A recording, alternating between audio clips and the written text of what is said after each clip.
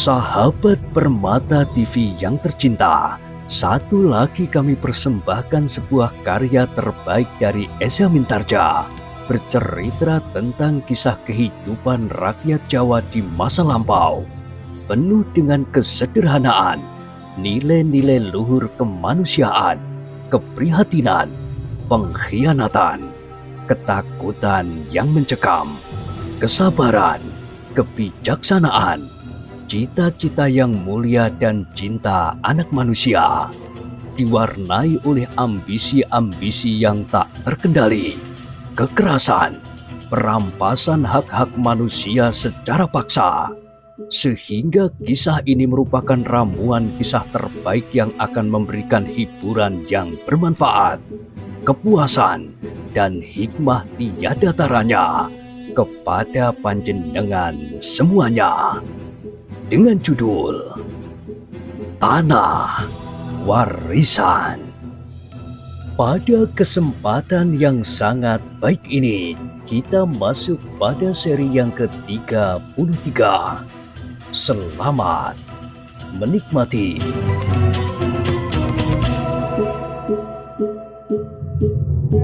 Di akhir kisah sebelumnya disebutkan, Ki Demang ternyata sudah tidak dapat menahan hatinya lagi, sehingga tubuhnya menggigil karenanya. Tanpa mengucapkan sepatah kata pun lagi, ia segera meloncat masuk ke dalam rumahnya. Sejenak kemudian orang-orang yang ingin menemui Ki Demang itu menjadi termangu-mangu. Kini mereka seakan-akan berdiri tanpa tujuan di halaman Kademangan. Aneh, desis Kitambi. Ki Demang yang sekarang ini sebenarnya bukan termasuk seorang pengecut. Aku kenal sejak masa mudaku. Ia adalah seorang pemberani, tangkas dan mampu mempergunakan otaknya. Itulah sebabnya, maka akhirnya pilihannya jatuh kepadanya. Sepeninggalan Ki Demang lama, meninggalkan anak yang sudah dewasa. Maka saat itu ia masih kecil. Seandainya anak itu sudah dewasa, maka ia akan berhak menggantikan kedudukan ayahnya. Hanya mereka yang tidak cacat sajalah yang tidak dapat menjadi seorang Demang. Justru Bramanti yang menyahut, kedudukan Demang tidak akan dapat dilintirkan kepada seorang penjahat. Kitambi mengangguk-anggukkan kepalanya dan cepat-cepat ia menjawab, "Iya, begitulah. Namun sikap pengecut Ki Demang sekarang sangat mengherankan. Mungkin Ki Demang sangat dipengaruhi oleh kabar-kabar yang tidak benar tentang Panembahan Sekar Jagad, sehingga ia sangat dipengaruhinya," jawab Bramanti. "Tetapi itu semua sama sekali bukan alasan untuk mencari orang lain dalam keadaan serupa ini."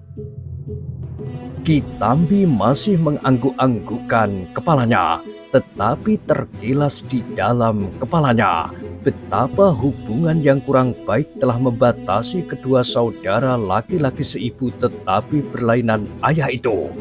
Setiap kali Bramanti selalu menolak hubungan dengan Panggiring, tentang apapun dan dalam keadaan apapun pula. Maka katanya kemudian, "Baiklah, tetapi kita harus berusaha untuk selalu membesarkan hatinya." Kemudian kepada Ki Jogoboyo ia berkata, "Itu adalah tugasmu, Ki Jogoboyo." Ki Jogoboyo mengangguk-anggukkan kepalanya. Jawabnya, "Aku selalu bersedia berbuat apa saja. Tetapi Demangku itu seperti orang yang ketakutan saja setiap ia menghadapi persoalan Panembahan Sekar Jagad. Cobalah menunjukkan kemampuan yang ada di Kademangan ini setiap kali, dan cobalah meyakinkan bahwa Panembahan Sekar Jagad pun adalah manusia biasa." Ki Jogoboyo mengangguk-anggukkan kepalanya. "Ya, aku akan mencoba, tetapi tidak sekarang. aku pasti hanya akan dibentak-bentaknya saja. Ya, kau harus dapat mencari waktu yang baik dan kesempatan yang baik pula. Ki Jogoboyo mengangguk-anggukkan kepalanya.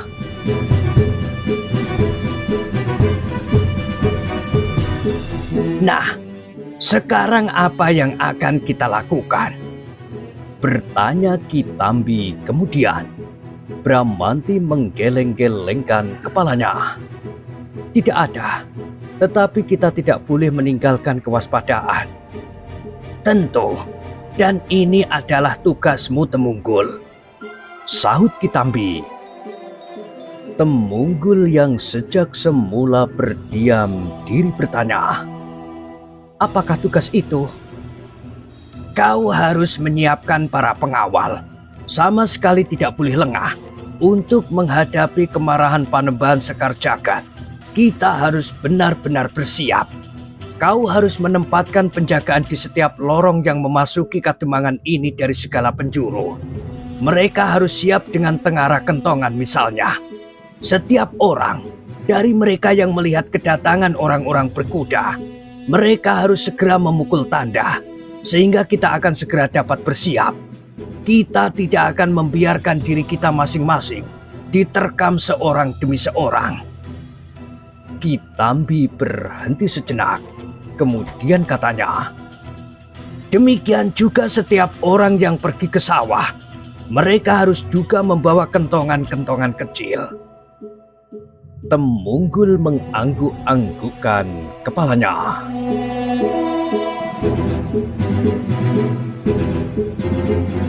Nah, kau harus segera mengatur.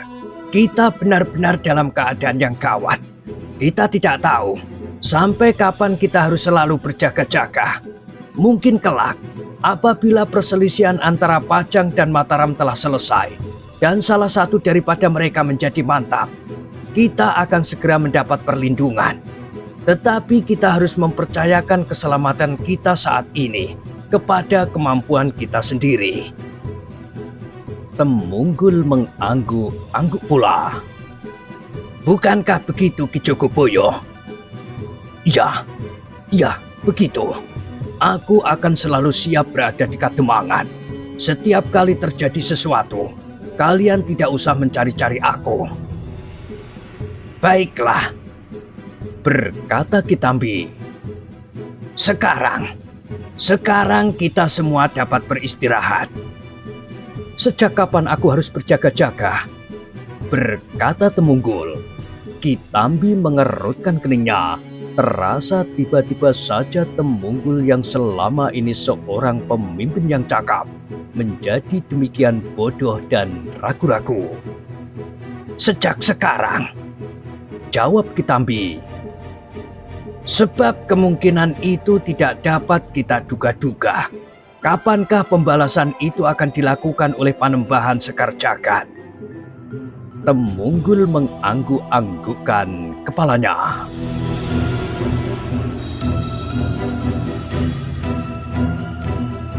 Aturlah para pengawal. Mulailah dari mereka yang terlampau payah di dalam pertempuran yang baru saja terjadi. Baik. Aku akan mengaturnya sekarang. Bagus. Hati-hatilah. Lawan kita bukan perampok-perampok kecil yang takut mendengar kentong titir. Temunggul mengangguk-angguk, tetapi tiba-tiba saja wajahnya menjadi kosong. Meskipun demikian, hal itu dilakukannya juga.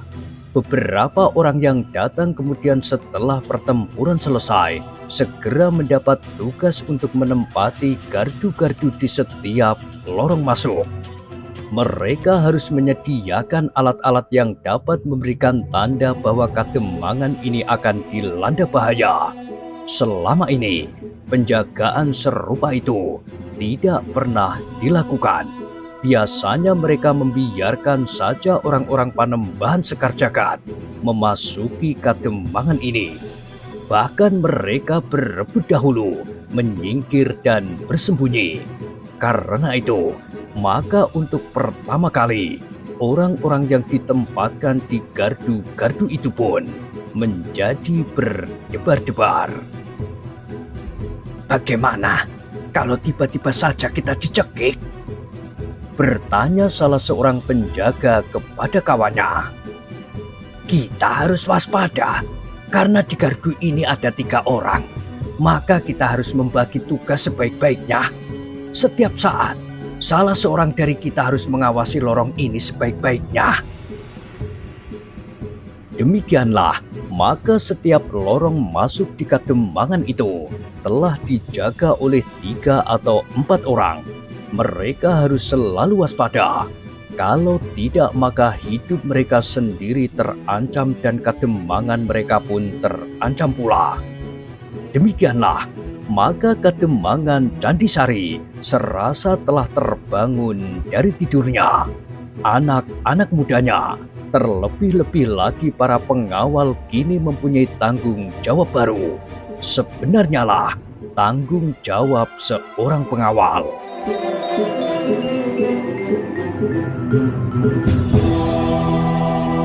Dibantu oleh Bramanti, Temunggul mengatur anak buahnya semakin lama menjadi semakin tertib. Bukan saja para pengawal, tetapi setiap anak muda dan laki-laki yang masih mampu menggenggam senjata harus melakukan tugas bersama-sama. Namun dalam pada itu, kegiatan Kademangan Candisari kini seakan-akan telah bergeser. Ki Demang sendiri seakan-akan sama sekali sudah tidak tahu menahu apa yang terjadi di Kademangannya. Ia hanya mengumpat-umpat, marah-marah dan kadang-kadang mengancam. Sedang rumahnya pun kini hampir tidak diajukan lagi.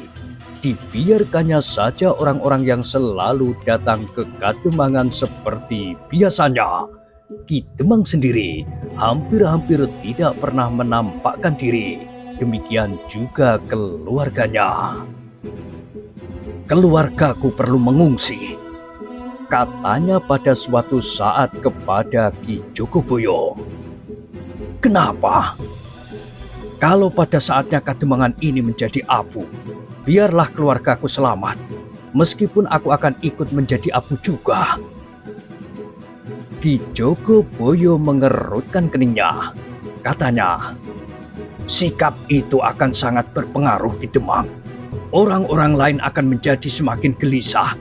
Mungkin mereka pun akan segera mengungsi pula dari Kademangan ini. Apa peduliku? Orang-orang Kademangan ini sudah tidak mau mendengar kata-kataku lagi. Tetapi kau masih tetap seorang Demang di sini. Apakah seorang Demang tidak boleh berusaha menyelamatkan keluarganya?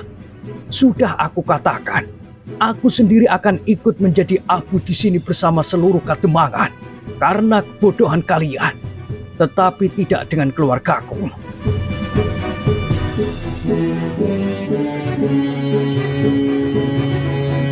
Ki Jogoboyo tidak membantah lagi. Memang itu adalah haknya. Tetapi bagi Ki Jogoboyo, hal itu terasa aneh. Bukankah setiap orang sudah bertekad untuk mempertahankan Kademangan ini dengan pengorbanan apa saja? Tetapi ternyata Ki Demang pun tidak segera melakukan maksudnya. Meskipun dari hari ke hari ia menjadi semakin jarang tampak. Dengan demikian, maka pimpinan Kademangan itu seolah-olah telah berpindah. Orang yang dalam kedudukannya masih selalu bertindak adalah Ki Jogoboyo. Namun Ki Jogoboyo tidak pernah meninggalkan Ki Tambi dan Bramanti, karena Ki Jogoboyo sendiri adalah seorang yang malas berpikir. Ia terlampau biasa menjalankan tugas-tugas yang telah diatur terlebih dahulu. Sedang di lingkungan anak-anak muda dan para pengawal pengaruh Temunggul pun menjadi semakin susut. Kini mereka telah meyakini bahwa Bramanti adalah seorang yang mengagumkan lahir dan batin. Setiap orang Kademangan Candisari kemudian menjadi yakin bahwa Bramanti memang bermaksud baik. Dendam dan kebencian yang mereka cemaskan semakin lama semakin hilang dari ingatan mereka.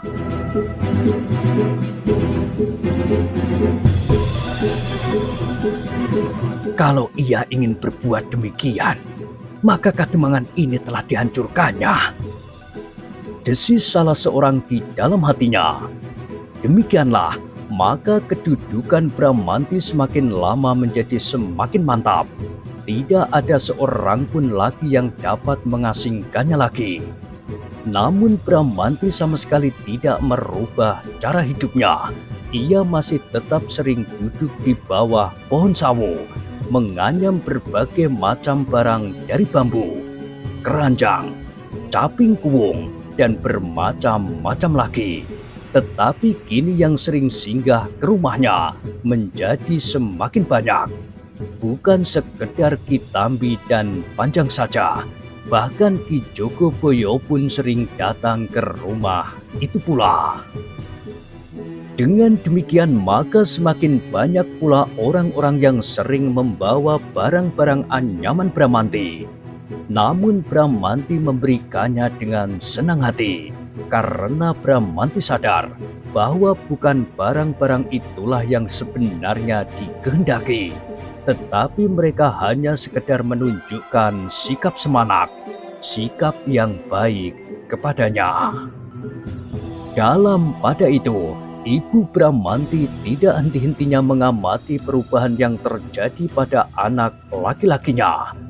Diam-diam mengembanglah suatu kebanggaan di dalam dirinya. Kebanggaan yang selama ini terendam dalam-dalam di dalam dadanya.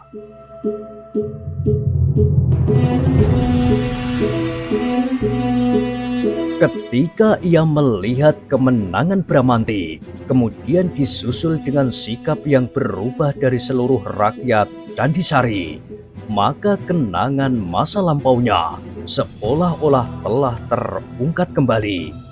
Tanpa sesadarnya perempuan itu sering membayangkan selagi ia masih dihormati oleh seisi Kademangan.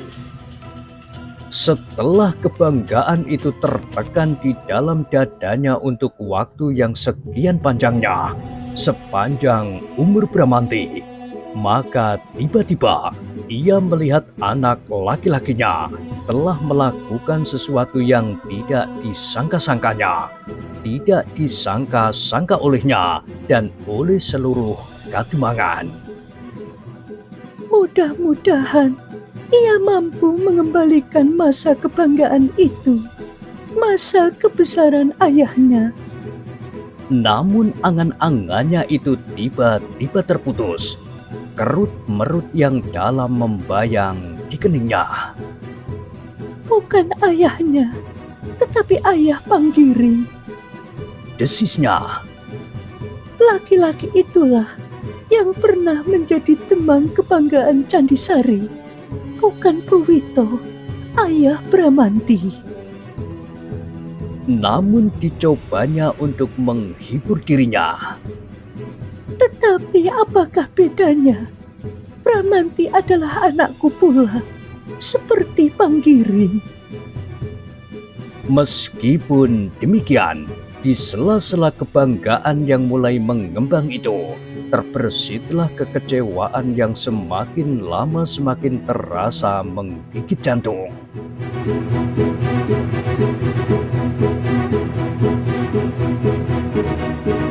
Bagaimanakah seandainya jika pada suatu saat Panggiring itu pulang?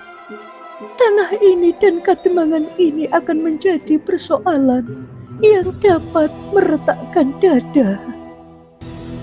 Perempuan tua itu menggelengkan kepalanya. Tidak, sekarang Bramantilah yang ada. Bramantilah yang mendapat kepercayaan dari rakyat Candisari. Dan kepercayaan itu sama sekali bukan sekedar kepercayaan yang dibuat-buat.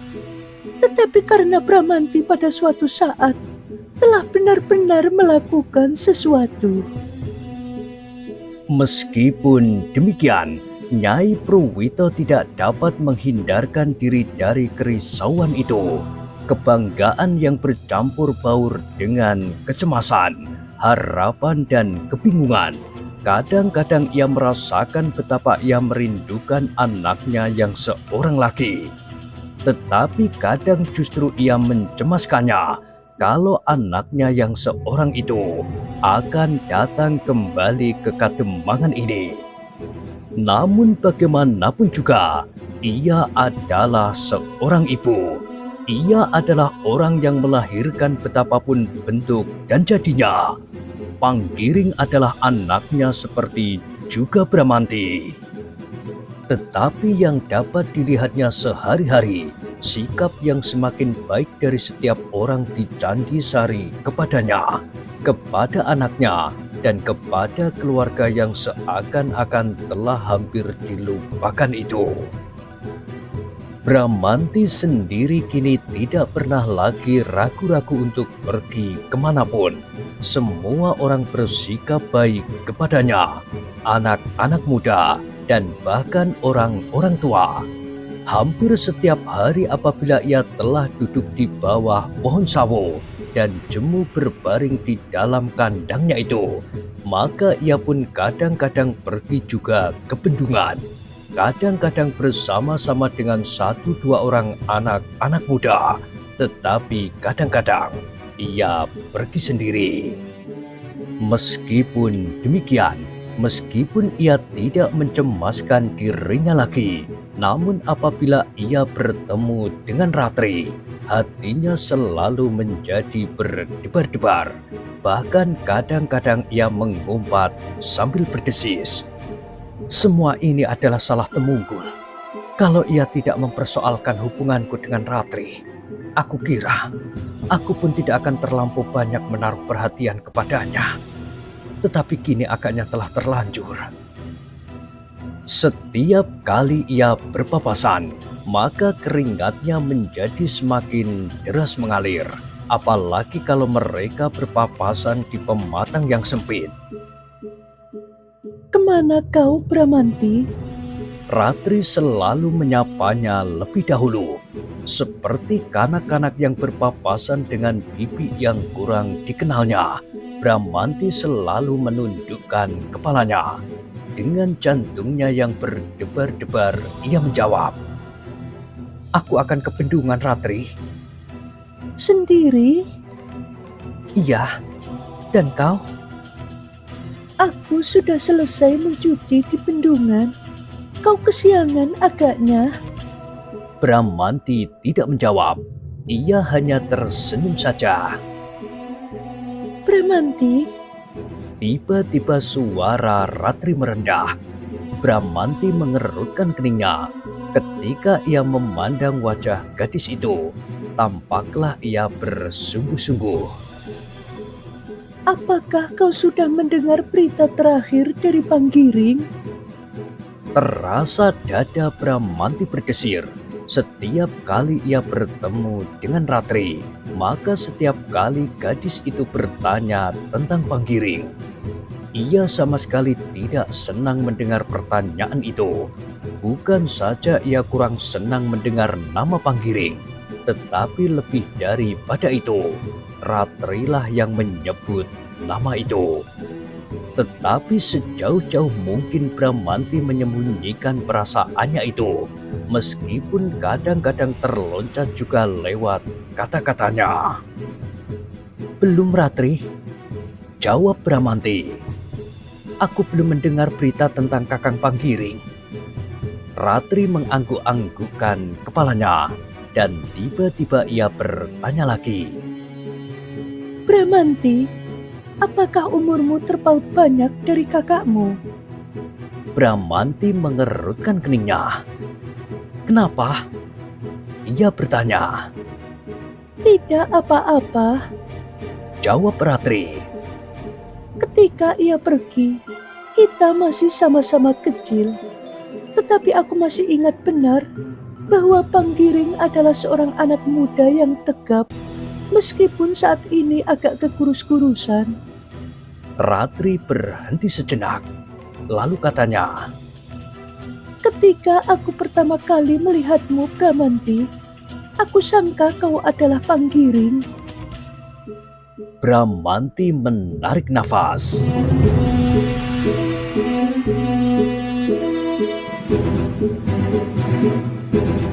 Hampir seperti kau inilah kira-kira ketika ia pergi. Tidak. Tiba-tiba Bramanti menjawab. Masih jauh lebih muda dari aku sekarang. Iya begitulah. Jawab Ratri. Tetapi ia memberikan kesan yang lain dari anak-anak muda sebayanya. Debar di dada Bramanti menjadi semakin keras. Aku tidak dapat membayangkan bagaimanakah Panggiring sekarang. Desis Ratri. Bramanti menarik nafasnya.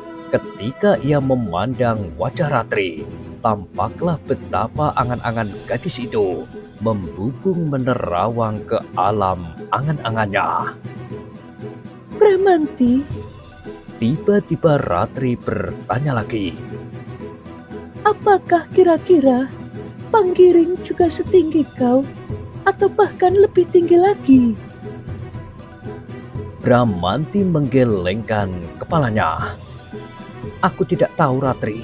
Yang aku ketahui, Kakang Panggiring sekarang adalah seorang penjahat, seorang yang sudah terasing dari pergaulan. Wajah Ratri tiba-tiba menjadi suram dan terdengar ia bergumam seakan-akan kepada diri sendiri. Iya, Panggiring memang seorang penjahat menurut Kitambi. Ia berhenti sejenak, lalu katanya, Tetapi, apakah menurut dugaanmu, seorang penjahat tidak akan dapat menjadi baik lagi, Bramanti? tanpa sesadarnya Bramanti menggelengkan kepalanya sambil menjawab, tidak, apalagi seorang penjahat sebesar Panggiring. Jadi, apakah dengan demikian kau menganggap bahwa kakakmu itu sudah hilang dan tidak akan kembali lagi? Bramanti menjadi ragu-ragu menjawab pertanyaan itu. Karena itu maka ia menggeleng sekali lagi. Aku tidak tahu, Ratri, tetapi sebenarnya lah bahwa aku sudah tidak mengharapkannya kembali. Kenapa? Bukankah ia kakakmu satu-satunya? Aku masih terlampau kecil untuk mengerti kenapa Kakang Panggiring saat itu tidak mau tinggal bersama kami. Tetapi suatu kenyataan bahwa ia telah pergi meninggalkan aku, ibu dan ayah.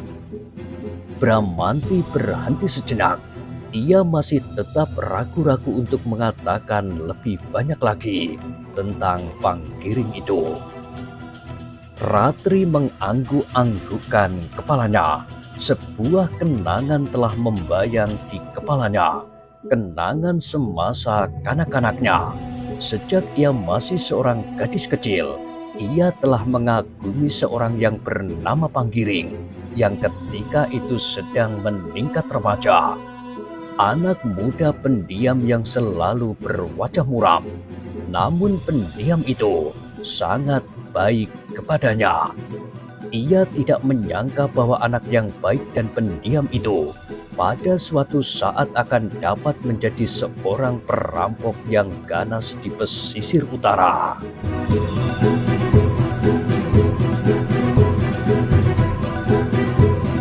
Meskipun demikian, ia tidak dapat mengingkari perasaannya. Ia sendiri tidak mengerti kenapa ia telah dibelit oleh suatu keinginan untuk bertemu kembali dengan Panggiring setelah sekian lama berpisah.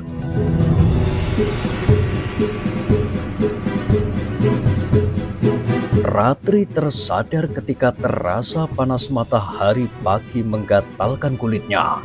Ketika dilihatnya Bramanti berdiri kaku di hadapannya, maka ia pun tersenyum sambil berkata, Ah, kau akan semakin kesiangan. Pergilah ke bendungan. Beberapa kawan masih di sana. Aku pulang lebih dahulu karena ibu tidak dapat masak hari ini, sehingga aku harus melakukannya.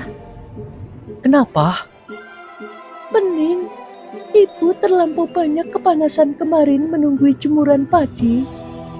Oh, Bramanti mengangguk-anggukkan kepalanya. Aku akan lewat. Tiba-tiba Ratri berdesis. Oh, Bramanti tergagap. Namun ketika terpandang olehnya senyum Ratri yang cerah, hatinya menjadi semakin berdebar-debar. Tanpa menunggu Ratri mengulangi kata-katanya, Bramanti pun kemudian turun ke sawah yang berlumpur.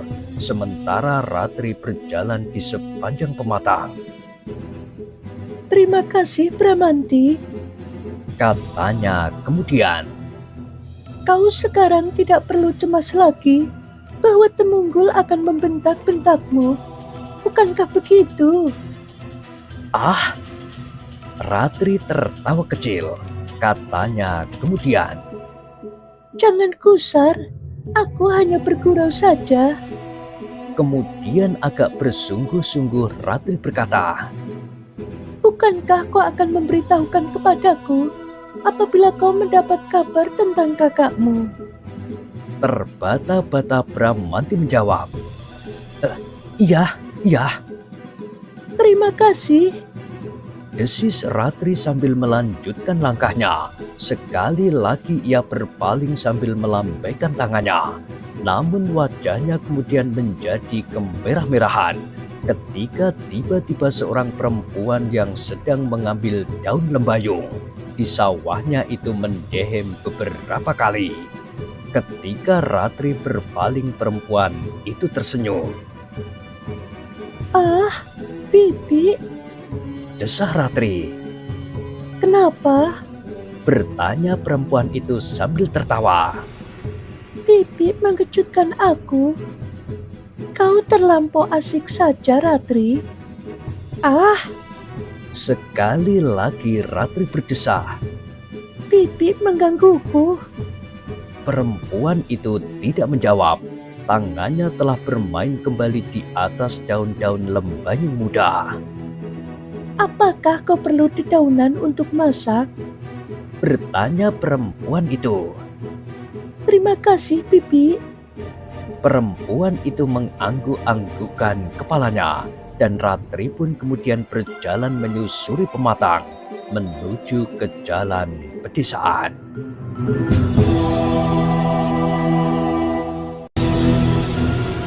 Dalam pada itu, di kejauhan seorang anak muda duduk di balik rimbunya daun jarak di pinggir sawah.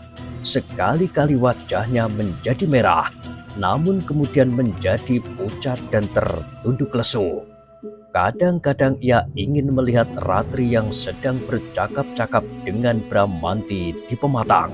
Namun kadang-kadang ia membuang wajahnya, membenturkan pandangan matanya kepada batang-batang padi yang hijau di hadapannya. Berbagai perasaan sedang bergolak di dalam dadanya. Ia tidak dapat melupakan Ratri begitu saja, betapapun ia sadar bahwa jurang yang terbentang di antara mereka kini menjadi kian lebar.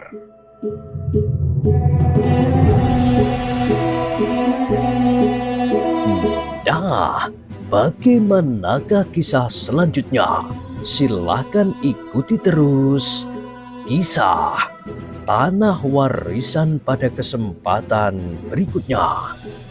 Sampai jumpa.